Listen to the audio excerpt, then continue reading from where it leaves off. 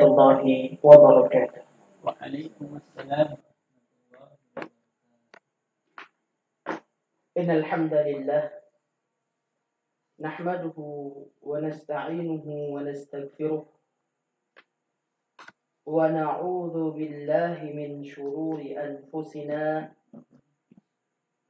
ومن سيئات أعمالنا من يهده الله فلا مضل له ومن يضلل فلا هادي له.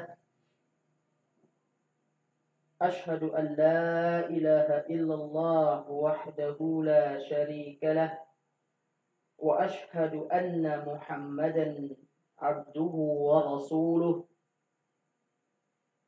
يا أيها الذين آمنوا اتقوا الله حق تقاته ولا تموتن إلا وأنتم مسلمون. يا أيها الناس اتقوا ربكم الذي خلقكم من نفس واحدة وخلق منها زوجها وبث منهما رجالا كثيرا ونساء واتقوا الله الذي تساءلون به والأرحام إن الله كان عليكم رقيبا. يا أيها الذين آمنوا اتقوا الله وقولوا قولا سديدا يصلح لكم أعمالكم ويغفر لكم ذنوبكم ومن يطع الله ورسوله فقد فاز فوزا عظيما. أما بعد فإن أصدق الحديث كتاب الله وخير الهدى هدى محمد صلى الله عليه وسلم وشر الأمور محدثاتها فإن كل محدثة بدعة وكل بدعة ضلالة وكل ضلالة في النار. إخواني في الدين رحمكم الله، أقول لكم أهلا وسهلا ومرحبا بكم. Inilah kalimat tarhib yang seharusnya diucapkan oleh setiap muallimul ilm, oleh setiap para pengajar ilmu, karena yang memesankan adalah baginda Nabi sallallahu alaihi wasallam. Agar setiap para pengajar ilmu memberikan tarhib kepada para tulabul ilm, penuntut ilmu. Ikhwani fid din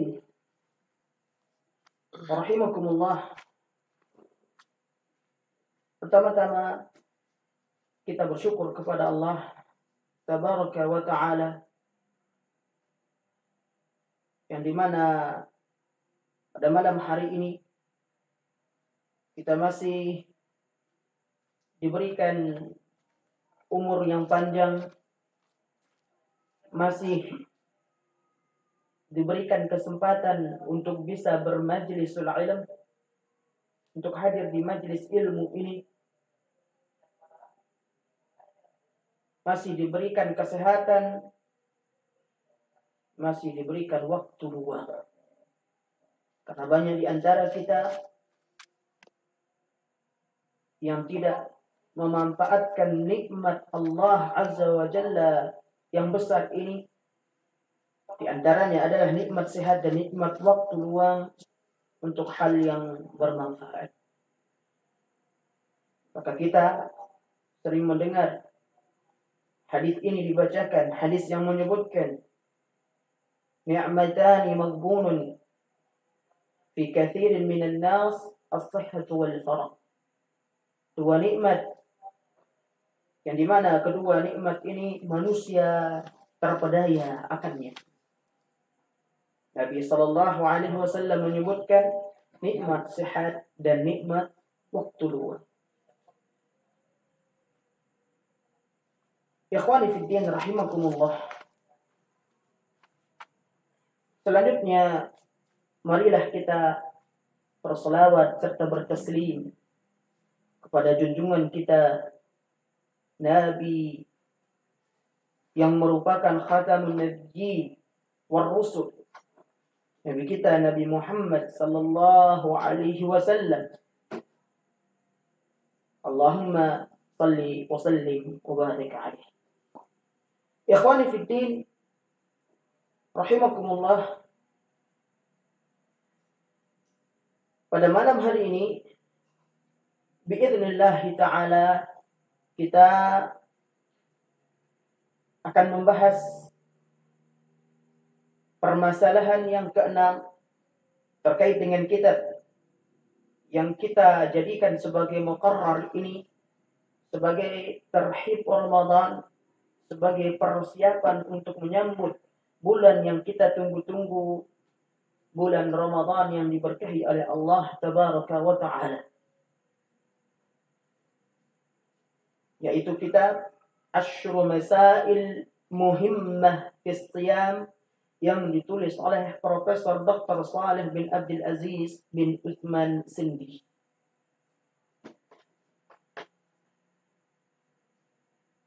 Ikhwani fi din rahimakumullah. Al-mas'alatu sadisah, permasalahan yang keenam yang muallif hafizahullah ta'ala bawakan, yaitu permasalahan siyamul haidhi wan nufasa. Siyamul haid wan nufasa, puasanya wanita yang haid dan wanita yang nifas. Maka apa maksud beliau hafizahullah ta'ala? Beliau ingin memaparkan kepada kita bagaimana hukum puasa dari siyamul haid ini, puasanya wanita yang haid dan wanita yang nifas. Baik, anil qari. Nah, raja iqra.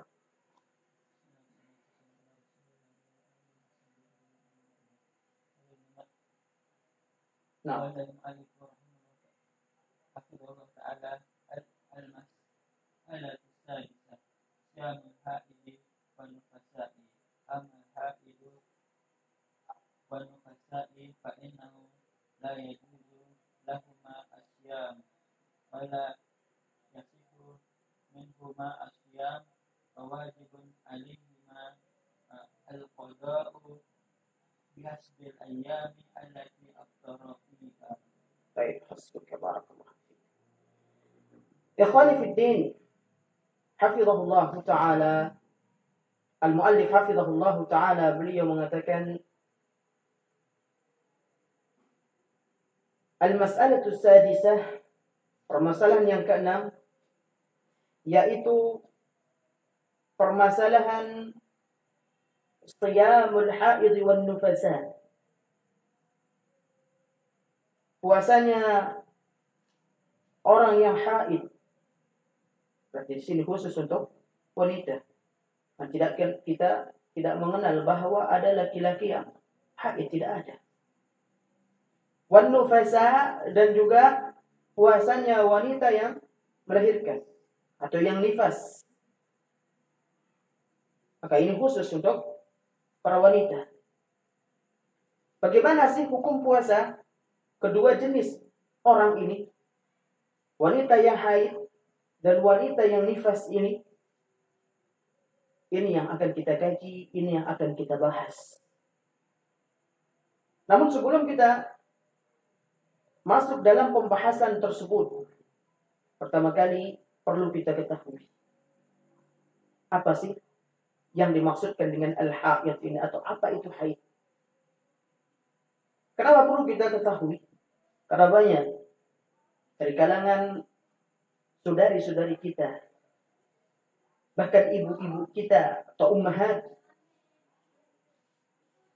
yang belum mengetahui apa sih haid tersebut, yang belum memahami hakikat dari haid ini,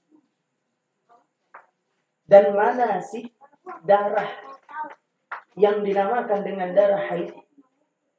Apakah setiap darah yang keluar dari, mohon maaf, kemaluan ini dinamakan dengan darah haid? Ini yang perlu kita ketahui.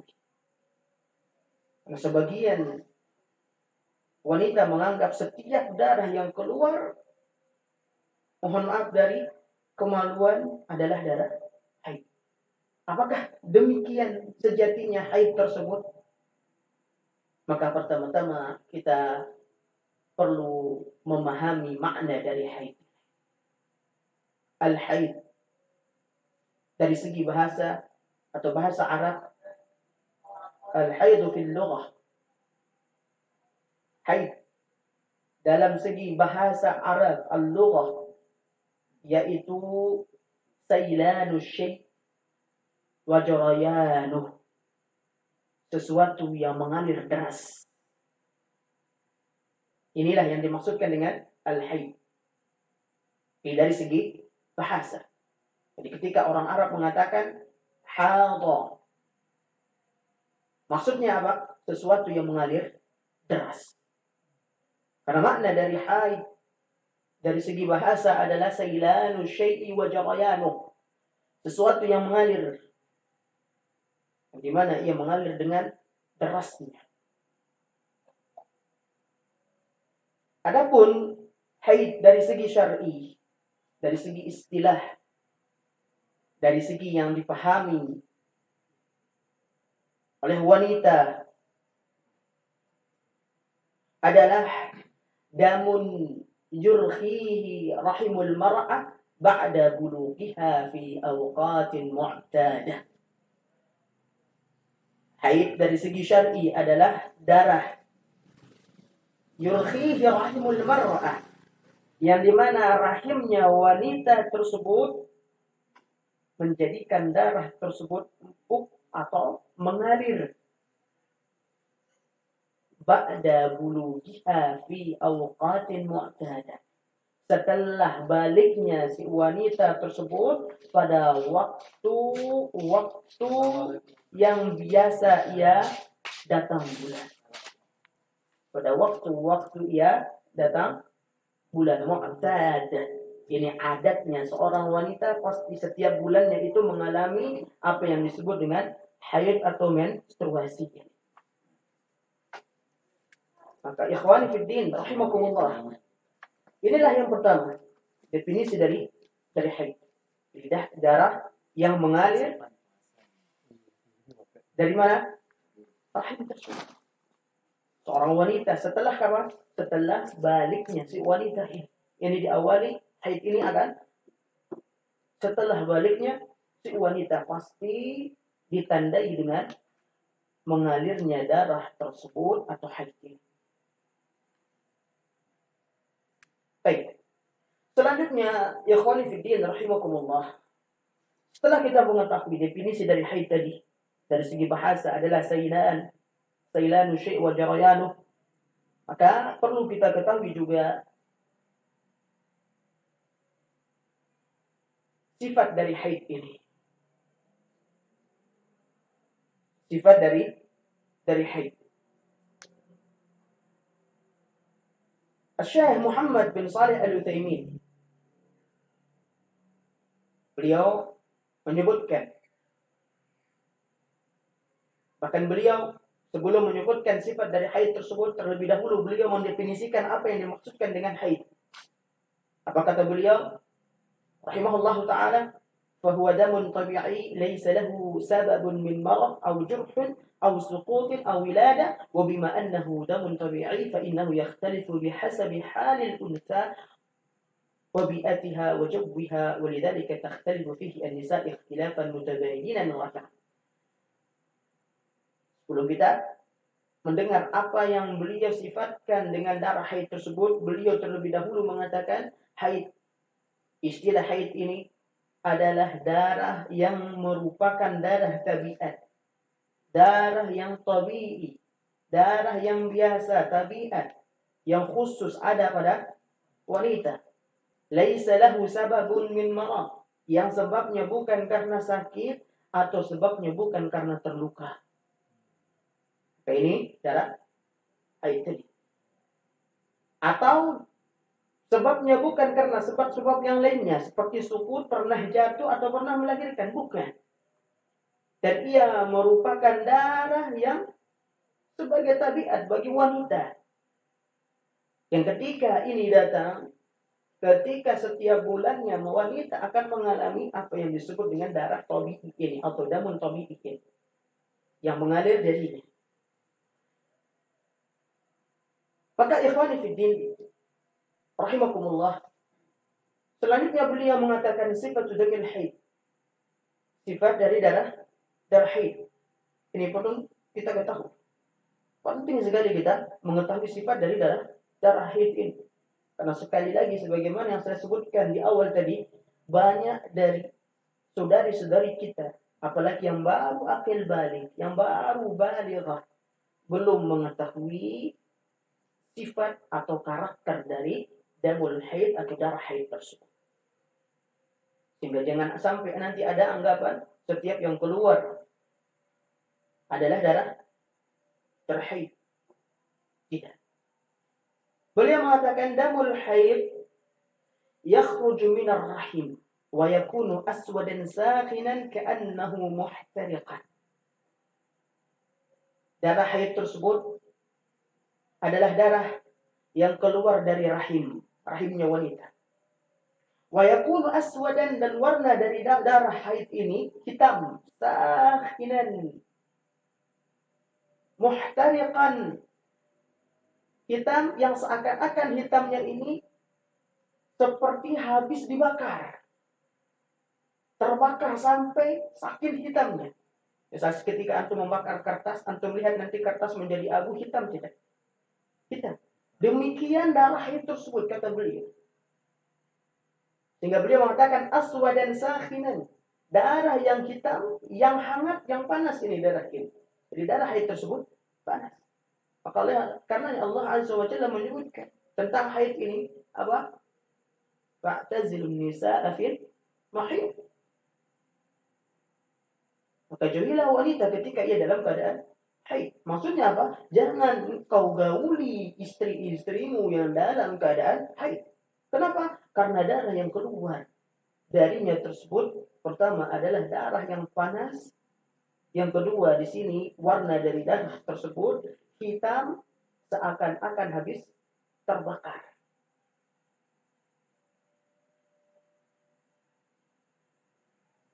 Maka ikhwani fiddin, rahimakumullah, jadi sifat dari darah haid tersebut adalah darah yang hitam seperti habis terbakar tadi. Bisa antum bayangkan darah tersebut? Baik, dan ini sekali lagi perlu diketahui terutama oleh saudari-saudari kita. Oleh saudari-saudari kita.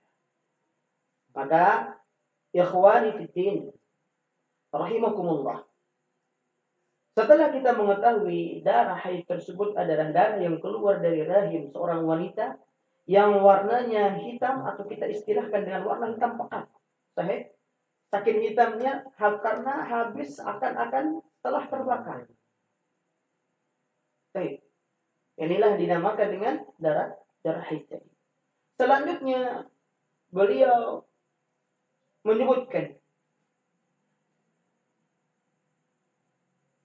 kapan sih umur seorang wanita tersebut haid? Kapan umur seorang wanita itu haid? Nah,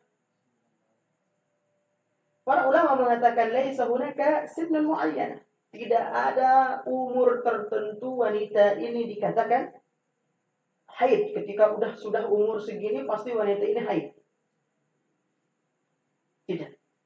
Namun wanita, makanya oleh karenanya wanita ketika dia haid, haidnya wanita ini adalah baliknya, sahih.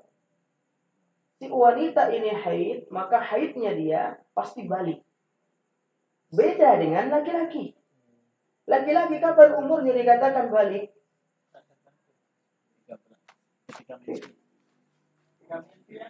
Bagaimana menentukan baliknya seorang laki-laki?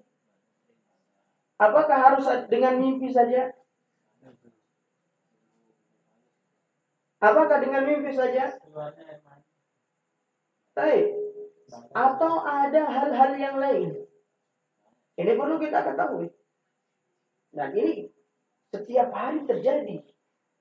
Hal-hal yang setiap hari ini terjadi. Perlu kita ketahui. Wanita dikatakan balighah setelah ia haid. Laki-laki kapan? Baik, pasti tanda yang paling akurat adalah setelah ia bermimpi. Ini tanda yang akurat. Jika ia bermimpi pasti balik. Tanda yang kedua ketika tumbuh rambut. Ketika tumbuh bulu halus kata Bang Hasan. Ketika tumbuh bulu halus. Yang ketiga apa masih? Ketika berumur berapa, Pak Haji? Ketika berumur 15 tahun.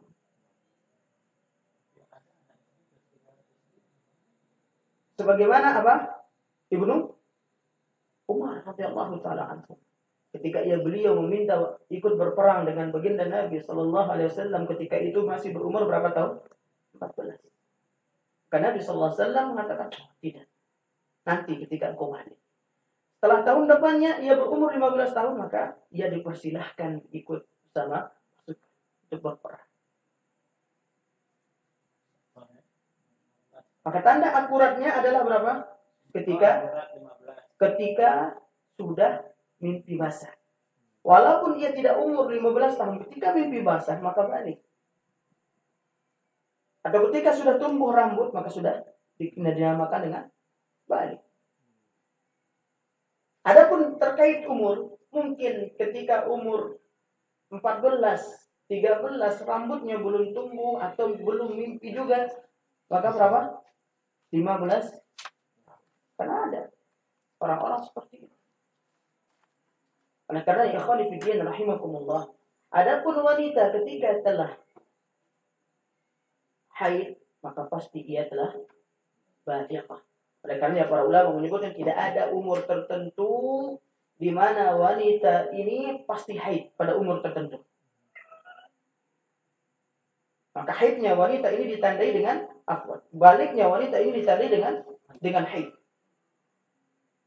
Hatta misalnya umurnya 9 tahun, 10 tahun.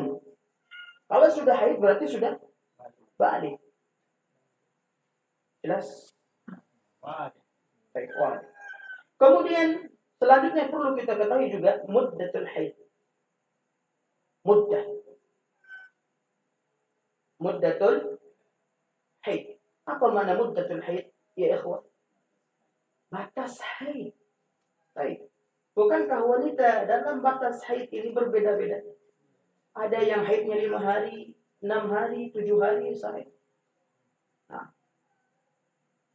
Maka kita perhatikan perkataan Ibnul Munzir rahimahullah ta'ala, seorang ulama yang masyhur, yang kita ketahui, yang bernama Ibnul Munzir.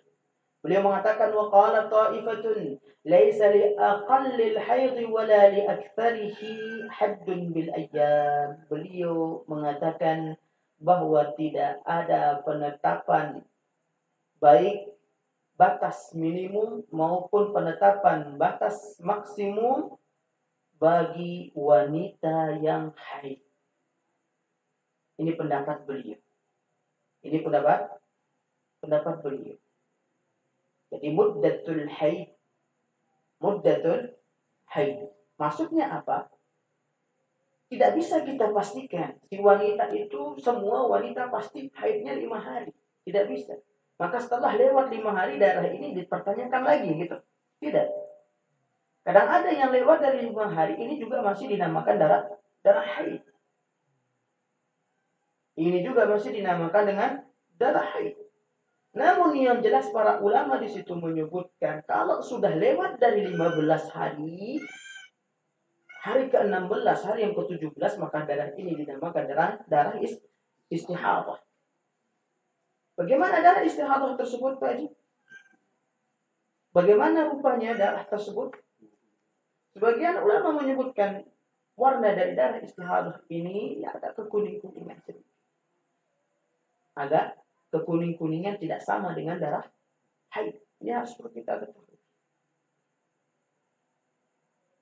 Dan ketika lewat dari 15 hari, hari ke-16, hari ke-17, hari seterusnya dia tidak bersih-bersih, menurut firasatnya dia terus keluar darah darinya, maka ini dinamakan dengan darah istihadah. Baik, ikhwani fiddin rahimakumullah. Kemudian Syekh Muhammad bin Shalih Al-Utsaimin beliau mengatakan rahimahullah taala, "Minan nisa'i man la tahidu aslan, wa minhunna man tahidu sa'atin tsumma tasfur." Ini keadaan wanita. Ada beberapa wanita yang dia nggak pernah haid. Ada yang nggak haid sama sekali. Ada wajib. Nah, ada yang nggak haid. Lantas kalau dia nggak haid, bagaimana kita mengetahui dia sudah balik atau enggak? Kan ada cara lagi, satu lagi apa? Inbat. Tumbuhnya apa Pak Mas ini? Bulu halus. Ketika tumbuhnya bulu halus, meskipun si wanita ini belum haid, maka dia sudah akil balik. Dia sudah akil balik. Memang ada beberapa orang wanita, namun tidak semua seperti ini. Tidak banyak seperti ini. Ada beberapa orang wanita yang memang dia nggak pernah haid sama sekali. Ada. Dan ini yang dikatakan oleh Syekh Muhammad bin Shalih Al-Utsaimin. Bahkan ada juga wanita yang haidnya itu hanya beberapa jam saja. Tidak sampai 1 hari. 4 jam, 5 jam haidnya, kemudian berhenti. Dan inilah yang kadang dikupas oleh Syekh bin Baz rahimahullah ta'ala. Beliau pernah ditanya, bagaimana dengan wanita tersebut semisal tadi? Dia haid 2 hari. Kemudian bersih. Kemudian bersih. Kemudian haid lagi. Setelah bersih tersebut, apakah ini dihukumi darah istihadah atau darah haid? Apa kata beliau? Ini darah haid. Ini darah haid. Karena masih jangka waktunya. Begitu juga dengan orang yang wanita yang haid yang hanya beberapa jam saja. Ketika dia telah bersih, kemudian setelah bersih tersebut, si wanita ini kembali haid misalnya. Maka apakah antum hukum ini dengan darah istihadah? Tunggu dulu. Para ulama menyebutkan di antara Syekh bin Baz rahimahullah ta'ala, ini adalah darah haid. Namun yang jelas para ulama mengatakan ketika masa haid ini telah lewat dari tanggal 15 setiap bulan. Tanggal ke-16, 17 dan selanjutnya antum ada si wanita ini masih keluar darah, maka ini dinamakan dengan darah istihadah, wajib baginya salat dan wajib baginya puasa. Wajib baginya salat dan wajib baginya puasa. Karena tidak ada batasan yang paling minim bagi wanita untuk haid. Maksudnya adalah untuk haid lagi, yaitu 15 hari. Setelah 15 hari tidak ada yang batasan tersebut. Di bawah 15 hari atau batasan minimal yaitu 15 hari. Kalau 15 hari haid, kemudian haid lagi, maka ini dalam sebulan berapa kali jadinya? 2 kali?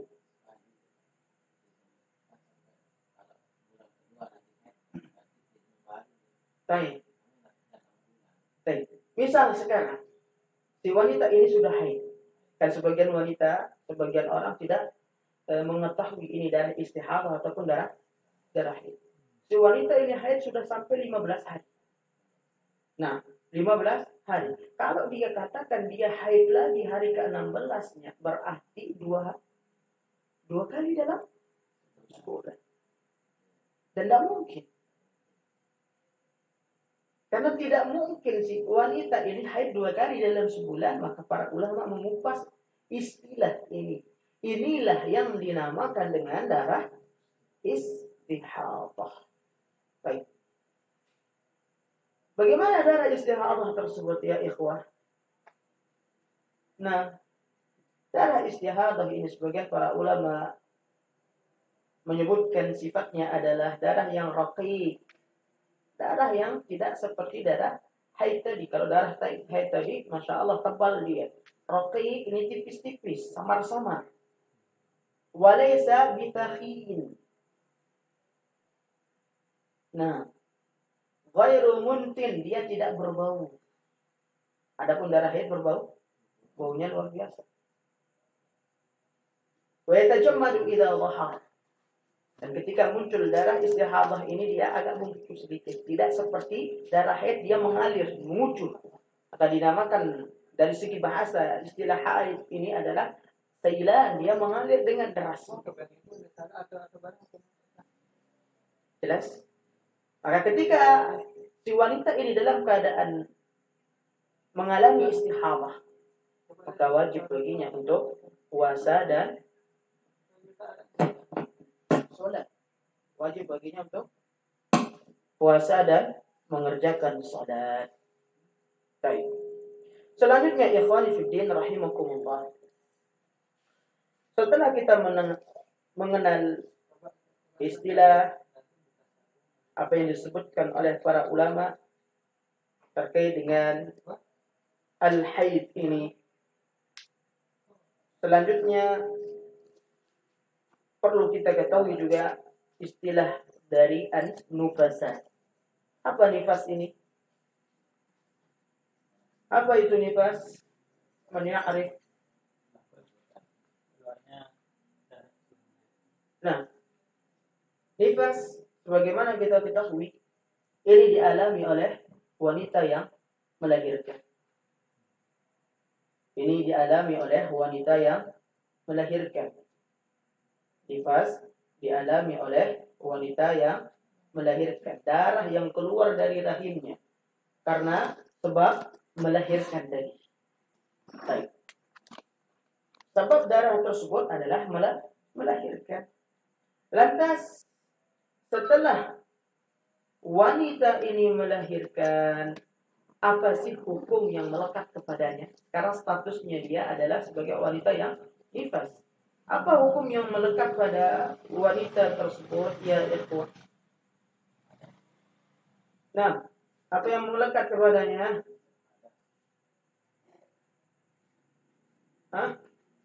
Berhadas.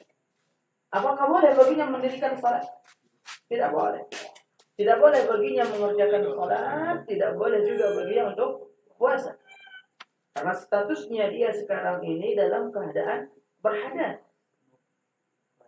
Dalam keadaan berhadas. Baik. Selanjutnya, insyaallah ma'ruf. Darah apa yang berkaitan dengan nifas ini tidak ada sesuatu yang membingungkan. Karena ciri-cirinya, tanda-tandanya ini jelas. Semua wanita insyaallah mengetahui darah yang keluar setelah mengalami melahirkan tadi, maka ini dinamakan dengan darah nifas. Taib. Selanjutnya, berapa hari sih nifas ini biasanya? Muddahnya, waktunya berapa hari? Nah, 40 hari. 40 hari. Darah ini mengalir selama 40 hari. Taib. Mana dasarnya? Mana dasarnya? Man ya'rif darah nifas ini selama 40 hari? Jangan sampai kita salah. Kita perlu juga mengetahui ini. Karena tidak menutup kemungkinan antum menikah. Ya bagi yang belum nikah. Bagi yang sudah menikah, diberikan anak oleh Allah Subhanahu wa taala, maka tahu bagaimana cara mengajarkan istrinya.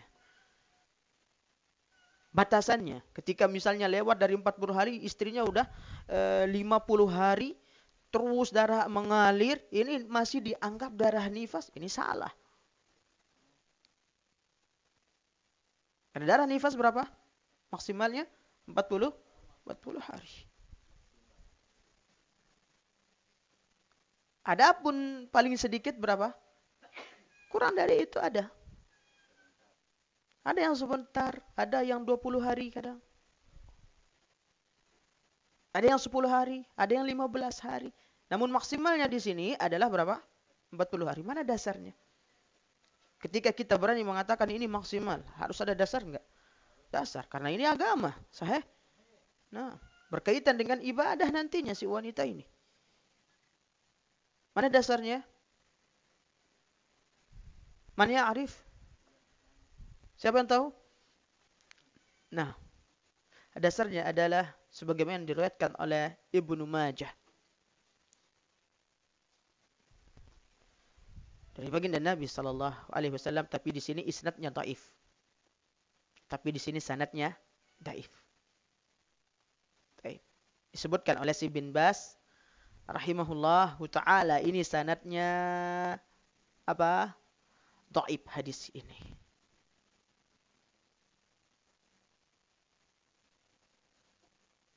Dan beliau mengatakan di antara hadis tersebut yang menyebutkan 40 hari juga adalah seperti tadi dengan sanad yang dhaif tadi. Ya, ini salah satunya adalah annahu waqtun linnufasa'i arba'ina yawman illa in ra'at tuhran qabla dhalik. Waktu bagi si wanita yang nifas ini adalah 40 hari. 40 hari kecuali ia melihat ia telah suci sebelum dari 40 hari tersebut.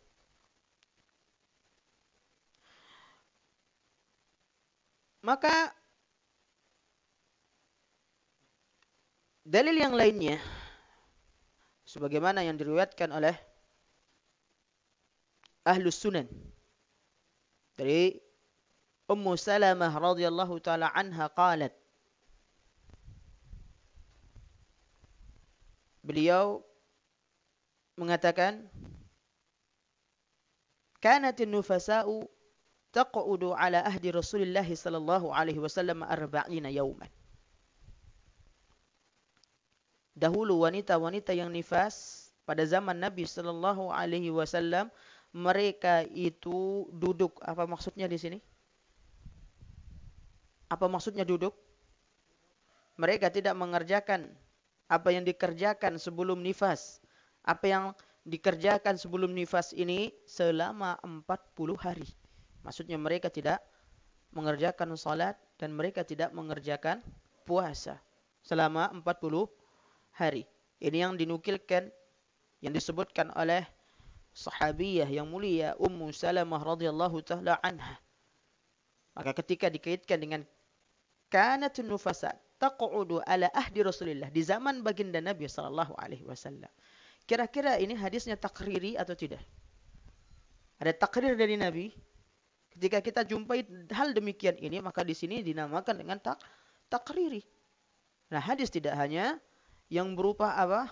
Apa yang diucapkan oleh baginda Nabi sallallahu alaihi wasallam atau yang dilakukan oleh baginda Nabi sallallahu alaihi wasallam, ada yang dinamakan dengan istilah takrir. Hadis takriri. Yang tidak dilakukan oleh baginda Nabi sallallahu alaihi wasallam, namun beliau memberikan izin untuk melakukannya. Maka Ummu Salamah mengatakan kanatin nufasa taq'udu ala ahdi Rasulullah sallallahu alaihi wasallam 40 yawman, 40 hari.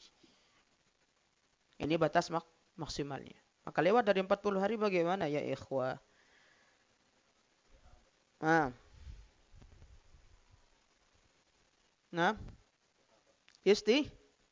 istihadah. Seandainya dia lewat dari 40 hari 10 hari, berarti 50 hari haidnya. Dinamakan darah apa ini?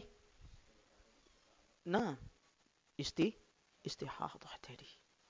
Maka wajib bagi si wanita ini kalau sudah lewat dari 40 hari masa nifasnya ini untuk mengerjakan salat dan puasa. Ini harus kita ketahui. Adapun batasan minimumnya tidak ditentukan oleh para ulama. Nah, berbeda-beda keadaan wanita. Batas minimum ada yang 10 hari, 15, 20 dan seterusnya. Taib ikhwani fiddin rahimakumullah. Selanjutnya kita masuk dengan apa yang dikatakan oleh al-muallif hafizahullah taala. Beliau mengatakan sebagaimana yang beliau bawakan, ammal haid wan nufasa'u fa innahu la yajuzu lahum as-siyam. Adapun wanita yang haid dan wanita yang nifas, maka tidak boleh baginya untuk mengerjakan puasa. Tidak boleh bagi keduanya. Tidak boleh. Wala yasihu minhum as-siyam. Jika ia mengerjakan puasa, wanita yang haid dan wanita yang nifas ini mengerjakan puasa, maka enggak sah puasanya. Maka tidak sah. Ketika disebutkan dia di situ tidak boleh baginya, maka tidak sah puasa yang ia kerjakan kalau seandainya dia ngotot ingin puasa. Wa wajibun alaihima al-qada'u bihasabil ayyamil lati aftara fiha. Dan wajib bagi si wanita ini untuk apa? Untuk mengqada. Untuk mengqada ke hari-hari yang ia tidak puasa dikarenakan haid dan nifas tersebut. Maka wajib bagi si wanita ini untuk mengqada puasa yang ia tinggalkan karena haid dan nifas tersebut. Taib. Kita perhatikan di sini. Ya khani fiddin rahimakumullah. Ketika beliau hafizahullah ta'ala menjelaskan tentang haid dan nufasa, wanita yang haid dan wanita yang nifas ini, dan hukum yang berkaitan dengannya, yaitu tidak boleh baginya untuk berpuasa dan salat. Tidak boleh baginya untuk berpuasa dan salat. Maka saya teringat dengan hadis baginda Nabi sallallahu alaihi wasallam yang beliau alaihi salatu wasallam menyebutkan bahwasannya wanita ini dimisalkan dengan apa? Naqisatul aqli wad din. Orang yang kurang akal dan kurang agama. Apa makna dari kurang akal dan kurang agama ini?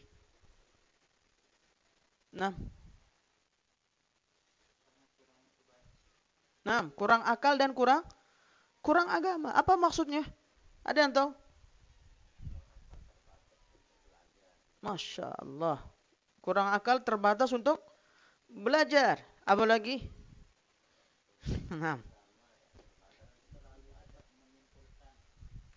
Terlalu cepat menyimpulkan. Apa lagi? Allah. Sahih, karena diciptakan dari tulang rusuk yang bengkok. Masya Allah. Ini bahasa puitis. Apa lagi? Taib. Silahkan. Apa lagi? Kenapa dikatakan naqisatul aqli wad din? Ini perlu kita tahu. Ini perlu kita ketahui. Naqisatul aqli wad din. Kenapa wanita ini dimisalkan demikian oleh baginda Nabi sallallahu alaihi wasallam yang orang biasa, Rasul alaihi salatu wassalam. La yantiqu 'anil hawa in huwa illa wahyun yuha. Beliau ketika bersabda dalam hadis beliau bersabda berdasarkan wahyu dari Allah Subhanahu wa taala. Apa maksudnya? Mungkin antum pernah baca. Apa maksudnya? Apa maksudnya? Malik?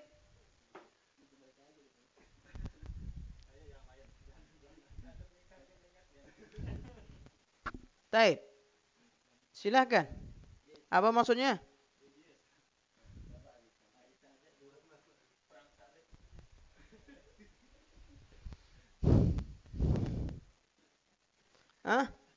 Naqisatu aqlin. Maksudnya adalah bahwa persaksian si wanita ini tidak sama dengan persaksian laki-laki. Kalau laki-laki satu orang ketika mengatakan saya melihat hilal, diterima enggak persaksiannya? Terima. Wanita satu orang Tidak harus berapa? Minimal 2. Minimal 2. Naqisatu aqlin. Ini disebutkan oleh para ulama. Makanya baginda Nabi sallallahu alaihi wasallam naqisatu aqlin, karena wanita ketika menimbang ini berbeda. Kalau laki-laki pinter nimbang enggak Pak Mas ini? Nah, baik. Nah, maka inilah alasannya. Oleh karenanya dalam hadis tersebut kita jumpai Rasul alaihi salatu wassalam menyebutkan naqisatul aqli wad-din. Naqisatul aqli wad-din. Adapun ad-din, apa maksud beliau sallallahu alaihi wasallam ketika menyebutkan hal tersebut?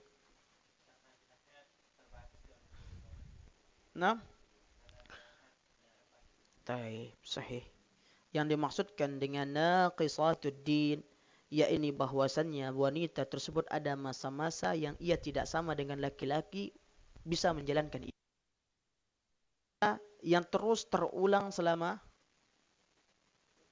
setiap bulannya.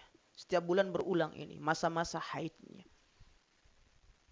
Ini diistilahkan, diumpamakan oleh Rasul sallallahu alaihi wasallam wad-din.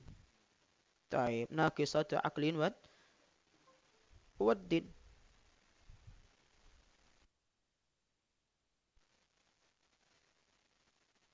Yang disebutkan oleh baginda Nabi sallallahu alaihi wasallam ketika mensifati wanita tersebut dari hadis Aisyah radhiyallahu taala anha.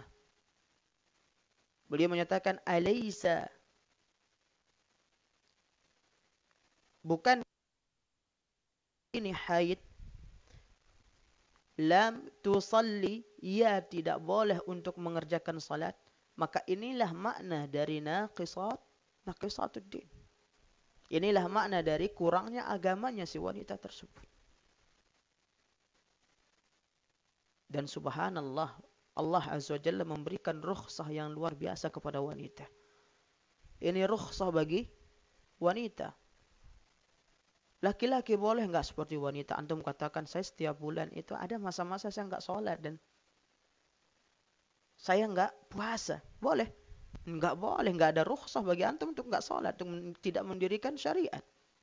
Adapun wanita, subhanallah, rukhsahnya ini kuat.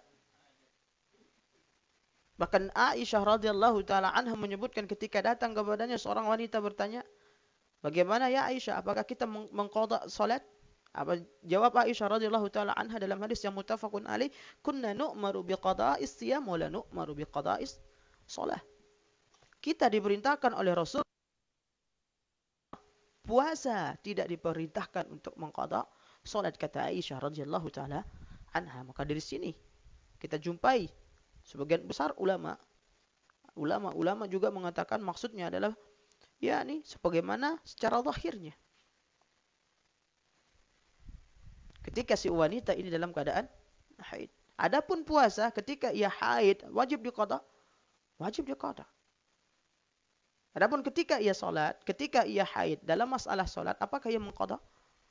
Tidak. Ini bedanya. Baik. Maka ikhwani fid din rahimakumullah.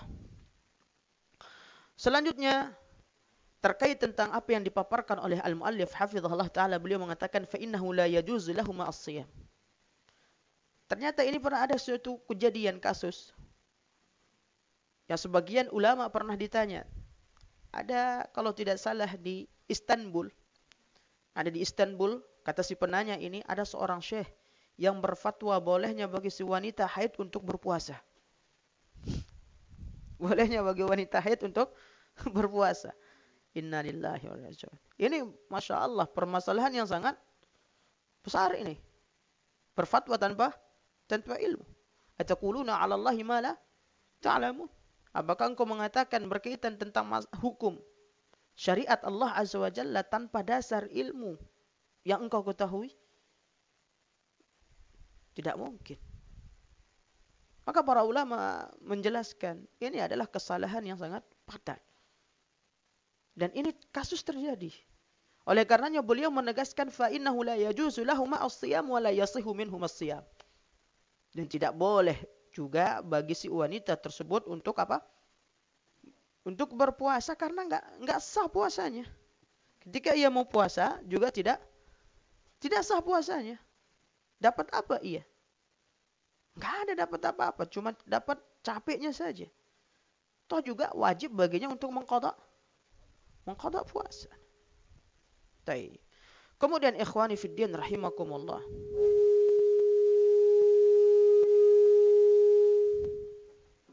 Nah, selanjutnya kita masuk al-mas'alatus sabi'ah. Bagian dari permasalahan yang keberapa? Yakni yang ketujuh. Permasalahan yang ketujuh. Permasalahan yang ketujuh, al-mas'alatus sabi'ah, yaitu mufsidatus siyam. Pembatal-pembatal puasa. Pembatal-pembatal puasa ini pada permasalahan yang ketujuh. Taib, manil qari? Nah, man sayaqra?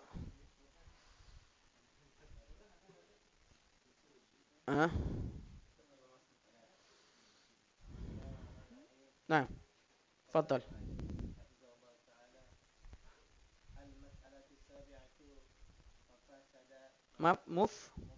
Mufsidat. Taib.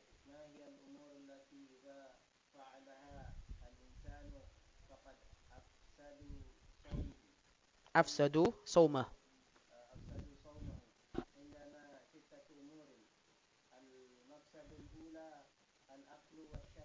Nah, al-aklu wasyurb.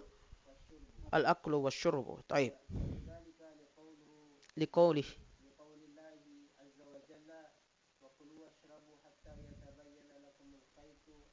Khaytul. Nah.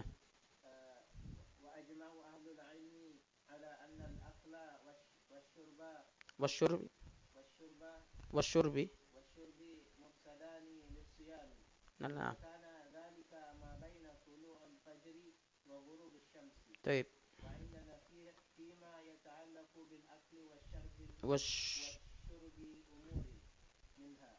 Taib. Idza nah.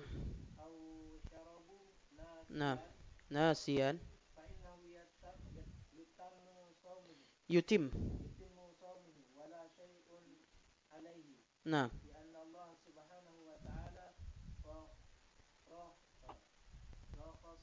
Rakhasa.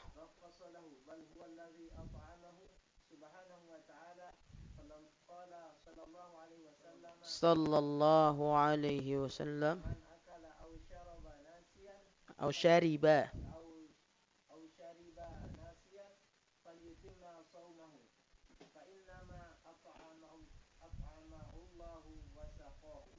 فإنما أطعمه الله وسقاه. ما شاء الله. طيب. حسبك بارك الله فيكم فمسني جزاك الله خير. Nah. Ikhwani fiddin rahimakumullah. Selanjutnya kita masuk bagian yang ketujuh, pembatal-pembatal puasa. Bagian yang menyebutkan pembatal-pembatal puasa. Apa saja yang membatalkan puasa? Ini perlu kita ketahui. Karena tidak mungkin ketika kita ingin berpuasa kita tidak mengetahui hal yang dilarang, yang tidak boleh dikerjakan bagi orang yang berpuasa. Apa saja sih pembatal tersebut? Yang pertama, beliau hafizahullah ta'ala mengatakan al-mufsidul awal al-aklu wasyurbu. Makan dan minum. Ini pembatal puasa yang pertama yang beliau sebutkan. Pembatal puasa yang pertama adalah makan dan minum. Ini ma'ruf. Taib. Wa dzalika liqaulillahi ta'ala. Dan hal ini berdasarkan firman Allah tabaraka wa ta'ala. wa kulu washrabu hatta yatabayyana lakumul khaytul abyadu minal khaytil aswadi minal fajr. Makan dan minumlah kalian sampai teranglah bagi kalian benang putih dengan benang merah, dengan benang hitam. Ketika bisa kita bedakan antara benang hitam dengan benang putih. Minal fajri, yaitu pada waktu fajar. Apa maksudnya? Para ulama tafsir menjelaskan maksudnya di sini adalah sampai telah benar-benar terbit fajar shadiq. Benar-benar fajar shadiq ini telah terbit. Karena pada fajar shadiq inilah kita bisa membedakan mana benang hitam dengan benang putih. Ini masa lalu ketika tidak ada lampu. Kalau sekarang, Masya Allah, sepanjang malam antum bisa bedakan. Mana hitam, mana putih, mana merah, antum bisa bedakan. Oleh karenanya maksudnya di sini ada. Kandungan dari ayat tersebut memiliki maksud. Maksudnya apa? Maksudnya adalah telah terang bagi kita fajar shadiq. Jelas? Baik.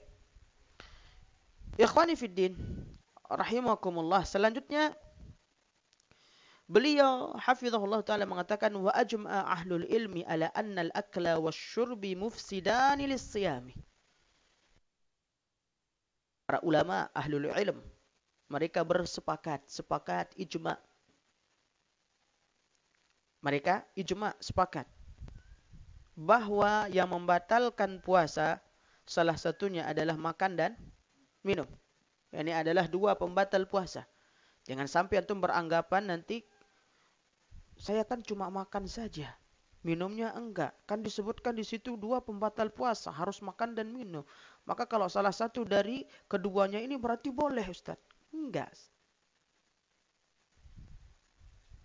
Makanya makan disebutkan dan minum juga disebutkan menunjukkan kedua-duanya tidak boleh. Hatta salah satu dari kedua-duanya antum kerjakan tetap batal. Antum minum saja tanpa makan batal. Makan saja tanpa minum juga batal. Baik, jelas?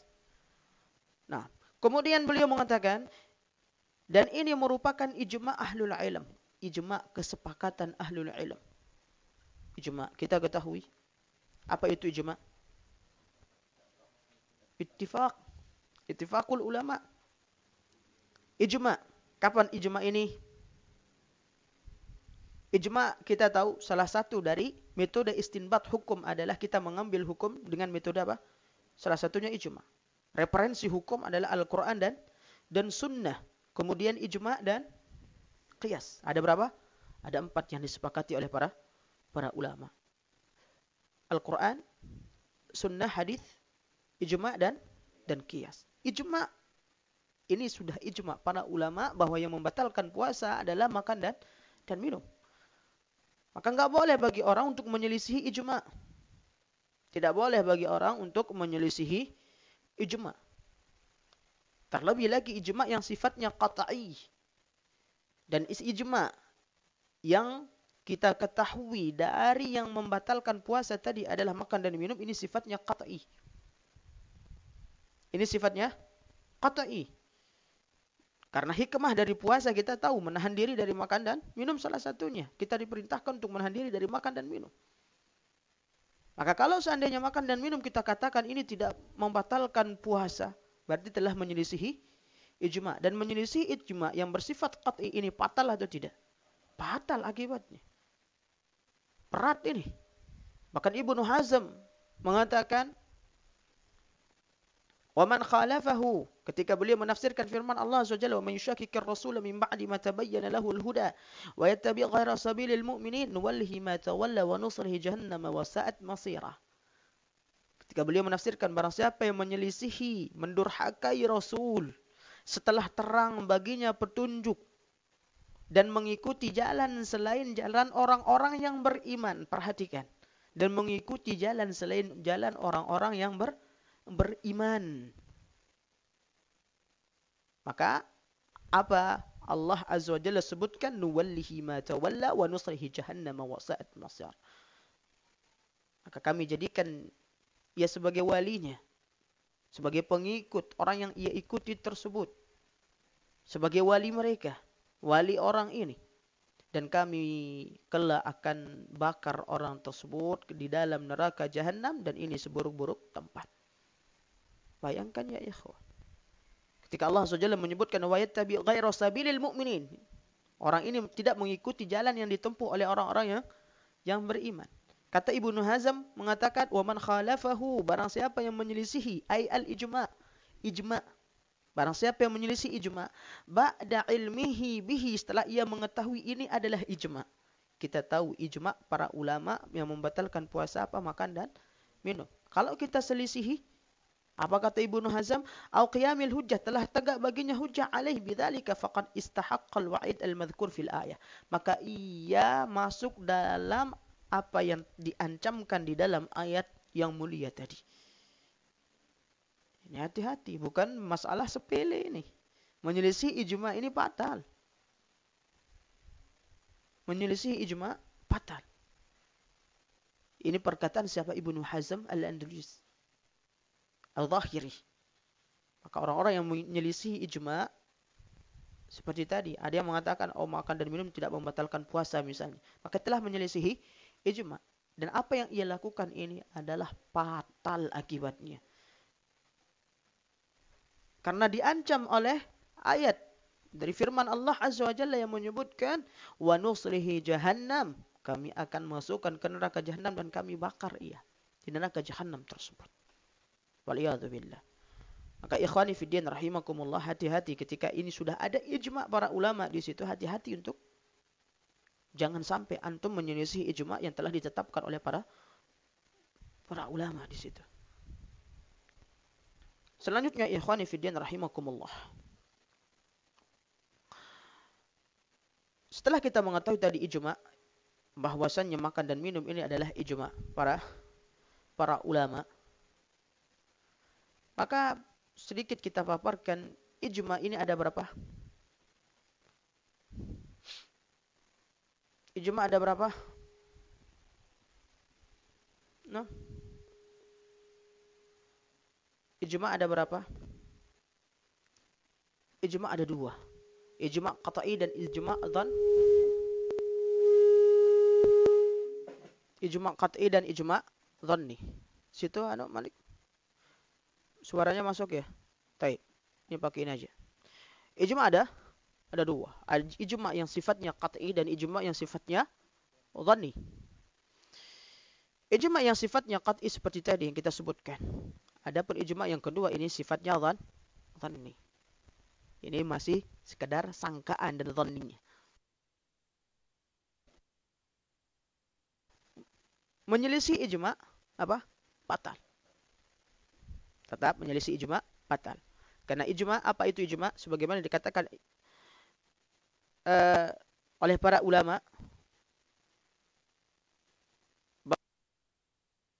ittifaqu mujtahidil ummati ba'da wafatir Rasul sallallahu alaihi wasallam fi asrin ala ayyi amrin kana. Ijma' kesepakatannya para ahlul ijtihad, orang-orang yang berhak berijtihad dari umat ini, dari kalangan umat ini, ba'da wafatir Rasul sallallahu alaihi wasallam, setelah wafatnya Rasul sallallahu alaihi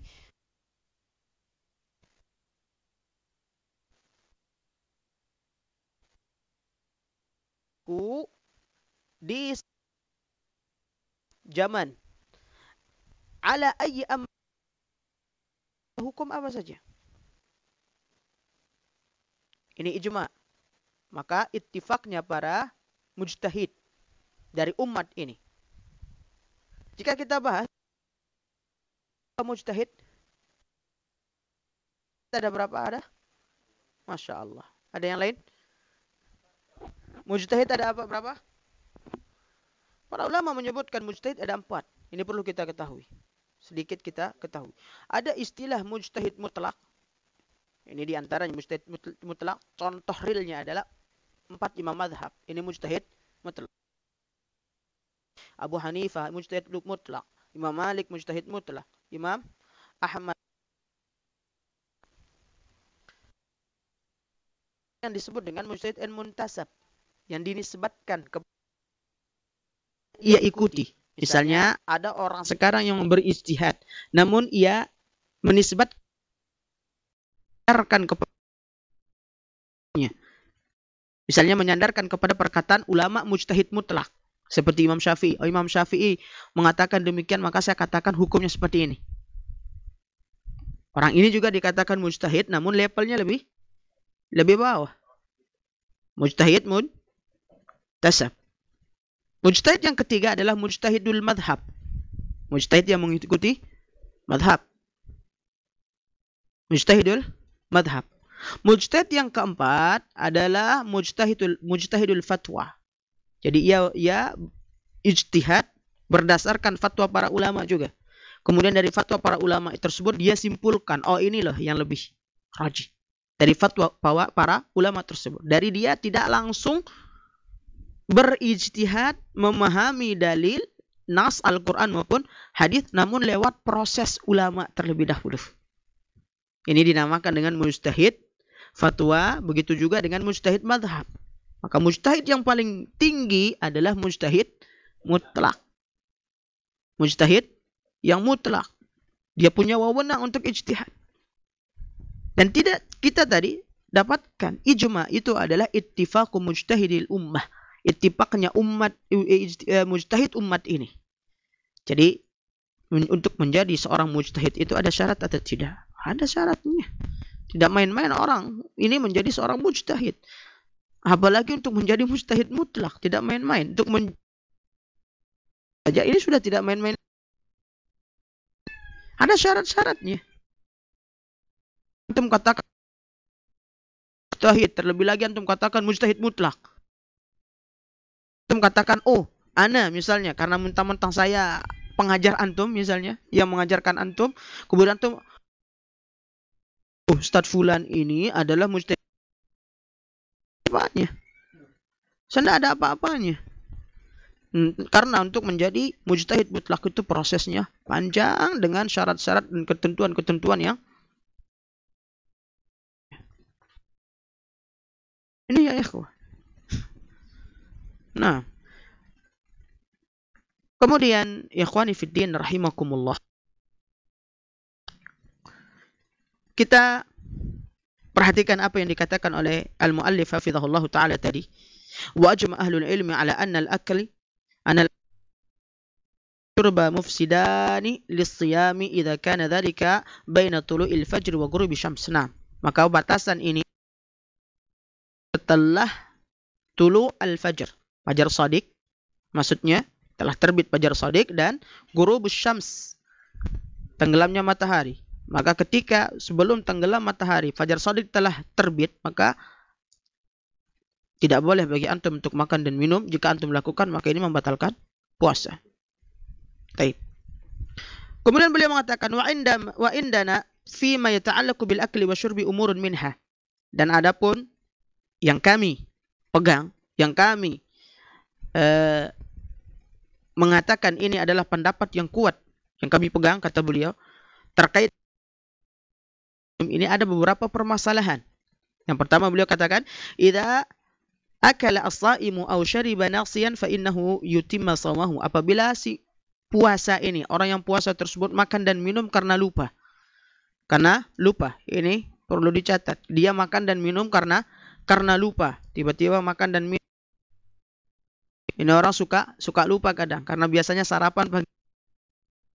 Hari pertama Masya Allah. Nah, habis satu piring. Ngopi lagi. Masya Allah. Kemudian wala syai'a alaihi, maka hendaknya di sini hendaknya ia melanjutkan puasanya dengan catatan jika ia lupa. Tapi kalau ia sadar, nggak boleh, udah batal itu puasanya. Atau pura-pura lupa, ini batal juga. Pura-pura lupa ini juga batal. Maka maksudnya lupa di sini nasyan adalah benar-benar lupa, nggak ingat sama sekali. Jangan sampai antum pura-pura lupa makan minum saja, nanti kalau ditanya sama orang kenapa makan minum, saya lupa. Padahal pura-pura lupa. Allah Azza Jalla lebih mengetahui isi hati kita. Wala syai'a alaih, maka tidak wajib baginya untuk mengqadha puasa karena dia lupa ini. Maka lanjutkan puasanya. Jika jika lupa. Dan ini berdasarkan berdasarkan hadis Nabi Shallallahu Alaihi Wasallam kepada orang yang lupa ini, memberikan rukhsah kepadanya. Bal huwallazi at'amahu, bahkan Allah Azza wa Jalla dialah yang memberikan rezeki kepadanya. Maka sering saya sebutkan, inilah Masya Allah luar biasanya rezeki ini. Ini terus saya akan ingatkan kepada antum, ini luar biasanya rezeki. Hatta antum puasa pun kalau memang itu rezeki antum, antum dapatkan rezeki antum. Hatta antum puasa, kalau memang itu rezeki antum, antum dapatkan rezeki antum. Ini dari Allah Subhanahu wa taala langsung. Antum lupa, antum dilupakan oleh Allah Azza wa Jalla sedang puasa hari ini, maka antum makan dan minum dengan kenyang misalnya, itu memang rezeki antum. Itulah rezeki. Itulah rezeki. Maka rezeki antum tidak akan pernah tertukar, dan rezeki antum tidak mungkin akan pernah tertukar. Taib. Kemudian qala sallallahu alaihi wasallam, Nabi sallallahu alaihi wasallam bersabda, "Man akala aw syariba nasiyan falyutimma shaumahu, fa inna ma at'amahu Allah wa saqahu." Barang siapa yang makan dan minum karena lupa, maka hendaknya ia menyempurnakan puasanya, karena sesungguhnya Allah Azza wa Jalla lah yang memberikan makan dan minum kepadanya. Ini hadis ini sahih, muttafaqun alaih. Maka ya ikhwani fiddin, jika kita mengetahui antum dalam keadaan lupa, sedang puasa, kemudian makan dan minum sampai kenyang, sudah, jangan sampai antum batalkan lagi. Aduh, mumpung sudah makan minum tadi, udah batalkan aja. Enggak, lanjutkan puasa antum. Atau jangan juga ketika antum lupa, misalnya makan dan minum baru pertengahan, misalnya sudah ingat nih, lanjut aja lah, mumpung masih nih di piring. Enggak, tinggalkan. Paham? Tinggalkan, lanjut puasa antum. Maka ikhwani fiddin rahimakumullah, terkait tentang masalah puasa ini, sejatinya ini adalah permasalahan yang luas. Permasalahan yang luas yang hanya diulang setahun sekali biasanya. Nggak perlu kita pelajari, perlu kita gali lagi ilmu terkait hal ini. Baik, mungkin ini yang bisa kita sampaikan pada kesempatan malam hari ini. Semoga bermanfaat untuk kita semua. Jika ada pertanyaan dari antum, saya berikan beberapa menit untuk bertanya. Barakallahu fikum jami'an. Baik.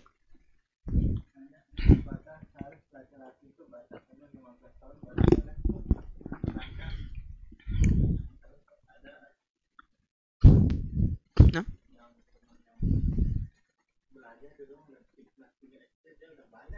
Baik.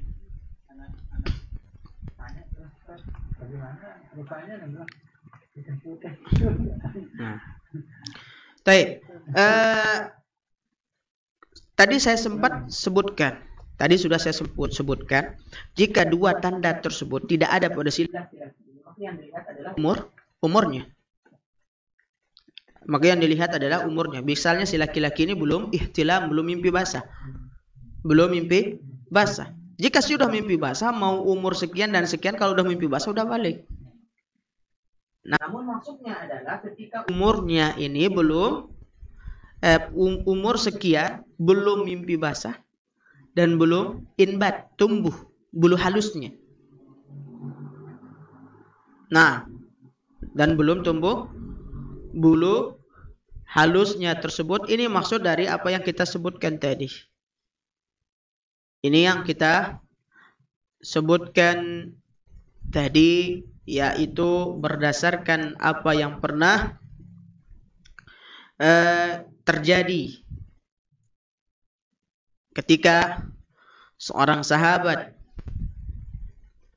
yang mulia Ibnu Umar radhiyallahu taala anhuma meminta kepada Nabi sallallahu alaihi wasallam untuk ikutkan perang. Nah, untuk perang Uhud pada waktu tersebut, namun umur Abdullah ibnu Umar radhiyallahu taala anhuma masih 14 tahun. Dan ia meminta kepada Nabi, ya Rasulullah, saya ingin ikut berperang bersama engkau, perang bersama Nabi ya akhi. Keutamaannya subhanallah, luar biasa. Antum perang sama Nabi. Ini anak kecil umur 14 tahun pikirannya akhirat gitu. Kalau seandainya pikirannya bukan akhirat, nggak mungkin dia mau mengorbankan dirinya. Umur 14 tahun masih belia sekali, masih kecil-kecilnya, masih imut-imutnya nih 14 tahun. Pasti pikirannya sama main aja, kalau mainan-mainan banyak. Nah kita sekarang ini 14 tahun, masya Allah, apa yang dipikirkan? HP, mau minta dibeliin ini, beliin itu. Ini anak Abdullah ibn Umar radhiyallahu taala anhuma, umur 14 tahun, cita-citanya luar biasa, ingin ikut bersama berapa. Padahal konsekuensi berperang apa? Terbunuh. Tapi yang mendorong dia untuk mau melakukan hal tersebut, bahkan meminta kepada baginda Nabi SAW apa? Iman dan tujuan. Apa tujuannya? Akhirat dia, ya. Masa kita mau kalah? Ibnu Umar radhiyallahu taala anhu, dia saja sudah ditanamkan oleh bapaknya Umar bin Al-Khattab radhiyallahu taala anhu untuk akhirat. Kita semakin tua kadang kita pikirannya dunia, sahih. Nah, semakin tua kita kadang pikirannya kita ke dunia. Malah semakin tua kita sebenarnya kita lah yang lebih fokus memikirkan akhirat. Karena umur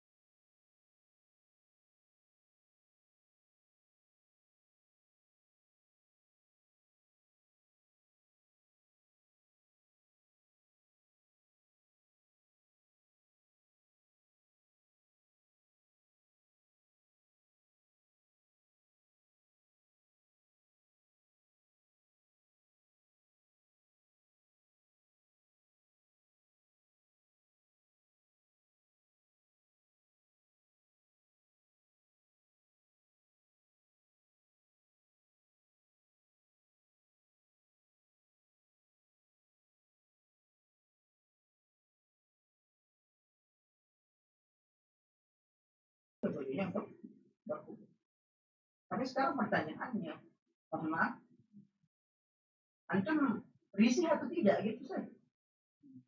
Nah, pertanyaannya itu sih. Biasanya bagian laki-laki akan merasa. Adapun masalah boleh tidaknya, boleh. Karena berlaku lagi bagaimana ya belum haid. Maka berlaku lagi hukum sebagaimana dia sebelum haid. Allah Taala. Baik, dan mulai. Nah, silakan. Malik. Baik. Nah,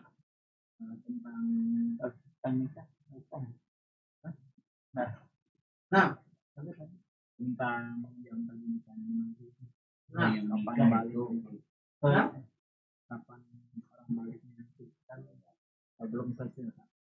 Kan dulu kita berpuasa ketika belum balik, sedangkan tema itu diangkat untuk orang yang balik lagi. Baik. Apakah kita mendapatkan pahala? Baik. Ketika belum balik, antum sudah mumayyiz. Sudah latihan puasa, latihan sholat. Maka ini tadrib. Para sahabat juga dulu melatih anak-anaknya untuk pembiasaan. Kita perhatikan hadis Nabi SAW. Alimu auladakum apa? Muru auladakum bis salat. Perintahkan anak-anak kalian untuk salat. Kapan itu? Ketika berumur berapa? 10 berapa? Ibnu ketika umur 7 tahun. Perintahkan untuk salat. Ketika umur 7 tahun. Padahal kita tahu umur 7 tahun ini anak-anak ini sudah taklif atau tidak? Belum, tapi dia mumayyiz, oke? Okay? Kemudian yang kedua, Nabi SAW juga menyebutkan dalam hadis tersebut, wadribu dan pukullah. Ketika tidak mau salat, ketika umur berapa? 10 tahun. 10 tahun juga itu lagi dia sudah balik atau tidak? Belum juga. Kenapa Nabi SAW sampai mengatakan pukullah ketika dia apa? Sudah berumur 10 tahun, padahal dia anak ini masih mumayyiz saja. Seakan-akan di sini ada taklif atau tidak? Pembebanan syariat atau tidak? Seakan-akan seperti itu. Ini bukan sejatinya sebagaimana yang kita paham. Taklif ini akan berlaku bagi seseorang ketika sudah akil balik. Dan anak yang umur 10 tahun ini belum akil balik kan? Belum mimpi basah. Karena anak 10 tahun kita tahu lah. Seperti anak saya misalnya, sebentar lagi mungkin umur 10 tahun. Belum ya untuk akil balik. Ya. Tapi kenapa Nabi SAW sampai menekankan di situ pukul kalau nggak mau salat? Dengan pukulan yang tentu tidak membuat anak tersebut merasa kesakitan. Dan pukulan-pukulan yang tidak berbekas. Karena pukulan-pukulan yang dimana pukulan ini pukulan kasih sayang. Ini kita istilahkan dengan pukulan kasih sayang. Kenapa? Karena kasih sayang inilah yang mendorong kita untuk memerintahkan anak kita keras pada anak kita untuk dia mau mengerjakan. Baik, kalau satu kalam dapat nggak pahala? Kita kebiasaan seperti itu. Ya, dapat. Adapun dosa, kalau dia tidak mengerjakan, dapat. Inilah rahmatnya Allah Subhanahu wa Ta'ala. Inilah rahmat Allah Subhanahu wa Ta'ala berkaitan dengan pahala dapat. Kaitan dengan dosa. Jika dia meninggalkan misalnya tidak puasa misalnya anak yang belum balik ini, atau tidak sholat misalnya anak yang belum balik ini, dia nggak dapat. Ketika yang mengerjakan puasa, mengerjakan sholat, insya Allah mendapatkan dan dia dapat pahala dari Allah Subhanahu wa Ta'ala. Kalau kita ada. Ada pertanyaan lagi? Kita cukupkan. Cukupkan lagi. Barakallahu fiikum. Demikian yang bisa saya sampaikan pada kesempatan ini. Kurang lebihnya saya mohon maaf. Kita akhiri dengan doa kafaratul majlis. Subhanallah. Jika kita Assalamualaikum